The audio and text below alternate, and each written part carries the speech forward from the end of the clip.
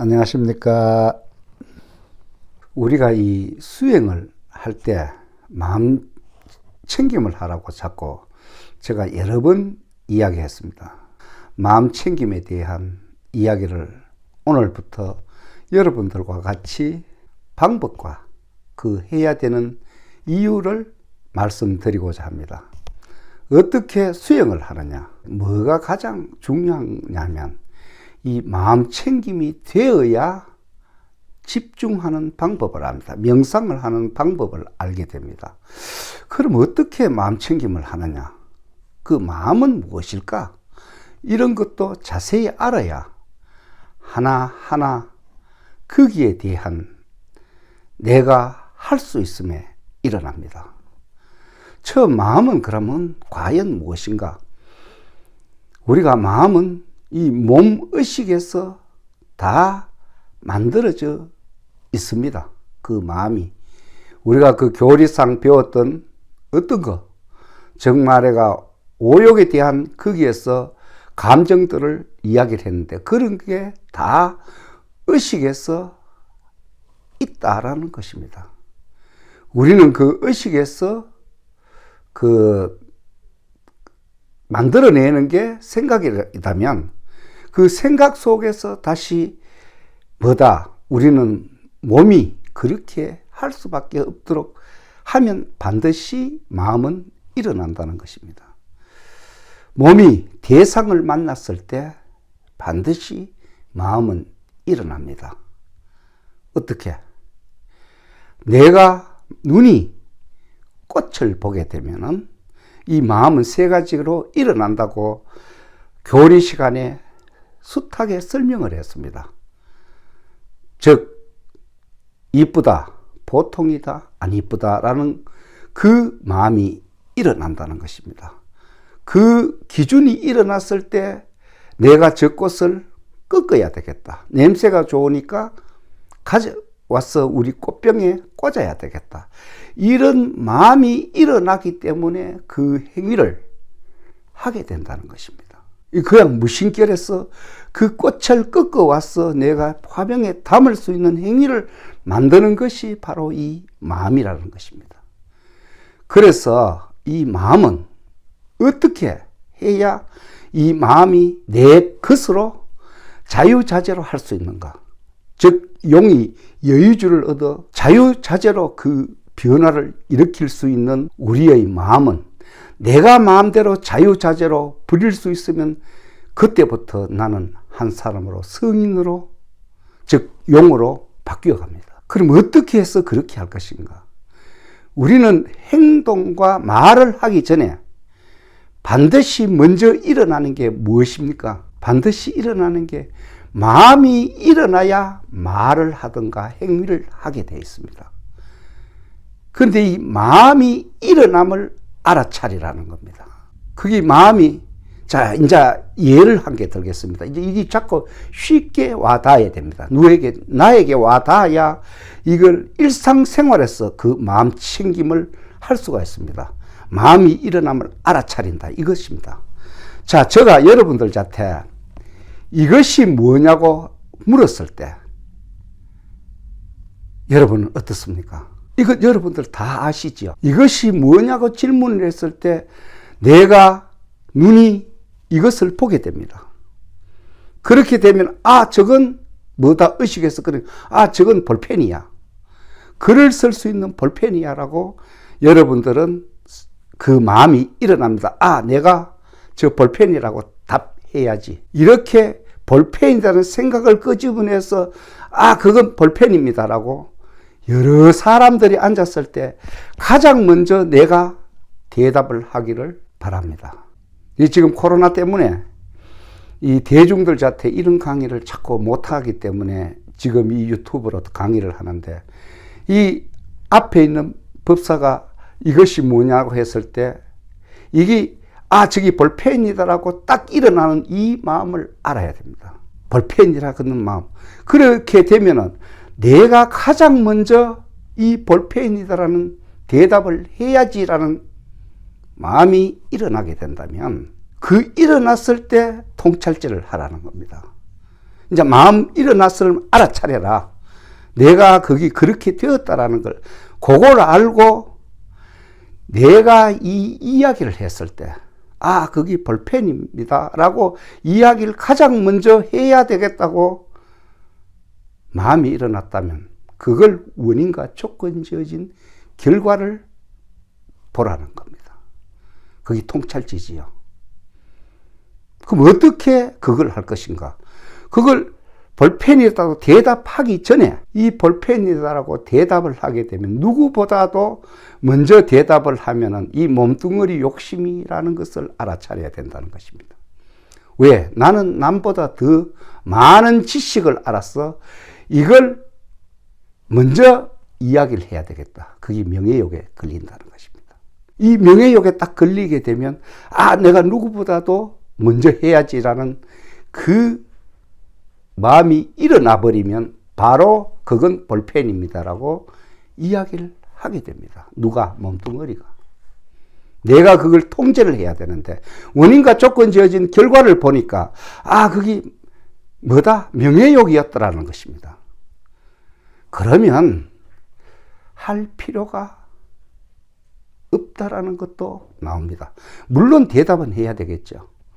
그런데 많은 사람들 중에 내가 그 대답을 했을 때, 뭐 어떤 이거보다 더 어려운 것을 대답을 했을 때 나는 너희들보다 틀려. 즉, 벌써 이 몸뚱어리에 명예욕, 욕심에 끌려서 그 대답을 하게 되면은, 그 대답을 알고 못했던 사람들은 괜찮을 수 있으나, 알고 있었던 사람은 시기와 질투를 하게 된다는 것입니다. 굳이 대중이 전부 다 알고 있는 것은 답을 안 해도 누군가는 다 하게 되어 있습니다. 그런데 우리는 조금 더 빨리, 조금 더 일찍 남보다 틀리게 앞에 나간다면 그 이 몸뚱어리가 내가 더 많은 것을 알고 있다. 그게 틀림이라는 거죠. 그게 내가 딴 사람보다 더 위에 있다. 즉, 명예욕에 그걸 끌린다면, 그 이야기를 하고 되면 여러 사람들한테 시기와 질투를 받는다면 그 행위는 할 필요가 있겠어요? 없겠어요? 없지요. 할 필요, 그 행위 자체를, 그런 원망과 그런 비난과 그걸 받을 원인은 내가 제공한다는 것입니다. 그렇기 때문에 이 마음 챙김을 해야 된다는 것입니다. 우리가 그냥 평상시에 아무렇지도 않게 말을 툭툭 내뱉을 수가 있습니다. 원인과 조건 지어진 결과를 전혀 생각지도 않고 어리석게, 이게 어리석음입니다. 그걸 해버리고 난 뒤에는 어떻게? 다시 되돌릴 수가 없습니다. 행위 자체는 까르마, 업은 되돌릴 수가 없습니다. 내가 그만한 것을 다시 인을 했으니까 화를 받아야 된다는 게, 이게 불교의 교리면서 이런 실생활에서 있어지는 일들인 것입니다. 지금부터 수행을 어떻게 할 것인가? 이 마음챙김, 알아차림과 마음챙김을 하게 된다면 여러분들은 한결 어떻게? 그 여유주를 얻어서 하늘나라로 올라갈 수 있는 그런 힘이 있어진다. 성인의 반열로 올라갈 수 있는 힘이 길러진다는 것입니다. 물론 하루아침에 된다는 것은 없습니다. 내가 끊임없이 그걸 연습하고 복습을 해야만 그 마음이 일어난 것을 알아차리고, 그 알아차림으로써 원인과 조건 지어진 결과를 하나하나 분석할 수가 있습니다. 그래서 이 이야기를 할 때, 즉 말을 할 때 한 템포를 쉬고, 또한 행위를 할 때도 한 템포를 쉬고 해보는 습관도 좋겠지요. 이게 된다면 절대 내 스스로의 실수는 작아질 수가 있습니다. 여러분 어떠나요? 우리가 무심코 툭툭 던지는 한 말에 사람을 죽일 수도 있고 사람을 살릴 수도 있습니다. 그걸 내가 사람을 죽일 수 있는 이야기를 내가 해버린다면 어떻게 될까요? 나는 무심코 해버리니까, 무심하게 해버렸는데 상대방이 그거로, 즉 연못에 돌을 나는 장난으로 던졌는데 거기에 맞는 개구리는 어떨까요? 죽을 수밖에 없는 그런 인연을 맺는다면 글쎄요. 그게 좋은 행위라고는 할 수가 없겠죠. 여기에서 우리가 이야기하는 일상생활의 말과 행위는 더 한결 조심해야 되며 조금은 원인과 조건전 결과를 해보고 난 뒤에 이걸 은행을 한다면 어떨까요? 참 좋은 생활로 만들어집니다. 이 불교는 하루아침에 누가 어떤 이야기를 들어서 덕도하는 게 아니고 조금씩 이런 방법으로 나를, 마음을 편안하게 하는 겁니다. 이 마음 챙김을 실생활에서 잘 하게 된다면 절대 어려운 일이 일어나지 않습니다. 절대 남에게 무시당하거나 절대 남에게 비난받을 일은 만들지를 않습니다. 여러분 생활에 어떠나요? 한번 나는 마음을 다 비웠다 그랬는데 과연 이 통찰질 해보셨는지? 마음을 비운다는 것은 그게 쉽지 않습니다. 이렇게 해서 하나하나 없애는 방법을 내가 알아야 그 마음을 비울 수가 있지. 그 무턱대 놓고 비워라. 뭐 어떻게 나는 마음 다 비웠는데 정말 그럴까요? 안 됩니다. 한번 여러분들도 실험해 볼 수 있습니다. 누가 나에게 결코 듣기 싫은 이야기를 계속 해야 된다면 그 사람이 미울까요? 아니면 미울까요? 이 수행이 깊이 된 사람은 몸뚱어리가 내 것이 아니기 때문에 절대 믿거나 뭐 더 사랑스럽거나 그런 게 없습니다. 똑같습니다. 왜? 내 마음이 흔들리지 않았다는 것이죠. 어떤 욕심에든 끌려가지 않는다면 그때는 내가 나를 알고 대자연이 됩니다. 우리는 이 수행하는 방법을 여러 번 이야기해줘도 이 끝까지 듣지 아니하고 어떻다 자기가 알고 있는 그냥 상식의 주관으로만 이야기를 합니다. 이거는 부처님께서 가르쳐 주신 방법이기 때문에 누구 없이 성인이 되려고 한다면, 즉 행복한 사람이 되려고 한다면 이 마음 챙김을 하지 아니하고는 할 수가 없습니다. 명상도 이 마음 챙김하는 것을 한 생각으로 그 원인과 조건적인 결과를 보라는 겁니다.